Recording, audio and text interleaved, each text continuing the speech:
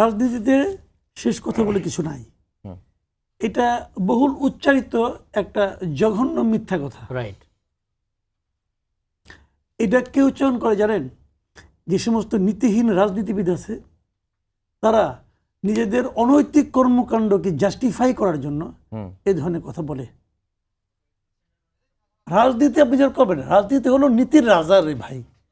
যত নীতি আছে সমস্ত নীতির রাজা এটা। এই কারণে যে এই নীতির দ্বারাই দেশ পরিচালিত হয়।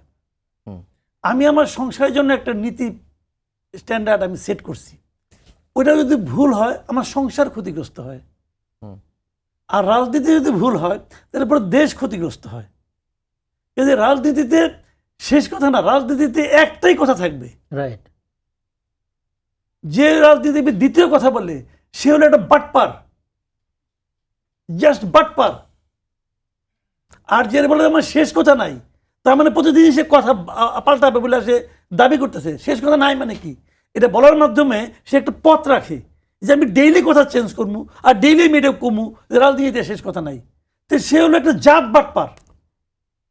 এই সমস্ত বাটপারদের আমরা এখন মাথার উপরে রাখি বলে আজকে দেশটার এই অবস্থা। রাইট। এবং আমি মনে করি আমাদের জেনারেশন আসতেছে, তারা এই বাটপারদের পায়ের নিচে নিয়ে আসবে। যত বাটপার দেখতেছেন সব বাটপারকে যখন পায়ের নিচে নিয়ে আসবে তখন এই দেশটার একটা সুবিধা হবে। এর আগে দেশ ভালো হবে না। রাজনীতির শেষ কথা নাই মানে কি?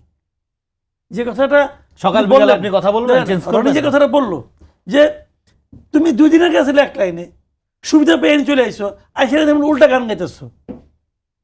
এতদিন গাইছো তুমি ভজন, এখন কেউ হামদান নাথ।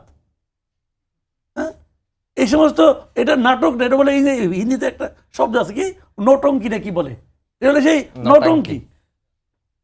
তো এই সমস্ত লোক যারা মনে করি যে মানুষের উচিত এদেরকে ঘৃণা করা, এদেরকে দেখলে এদেরকে ঘৃণা করা, বলা যে আপনি একটা ঘৃণিত ব্যক্তি, আপনার মামলা মোকদ্দমা থেকে বাঁচার জন্য থেকে বাঁচার জন্য দল আপনাকে বাইক করে দিয়েছে, এখন আপনি এসেছেন গিয়া বিরাট বিপ্লবী। দল বের না করলে আপনি কী করতেন? থাকতেন এখানে চাঁদাবাজি করতেন।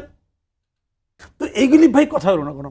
আমি মনে করি যে এই সমস্ত লোককে রাজনীতির থেকে বাইরে থাকা উচিত এদের।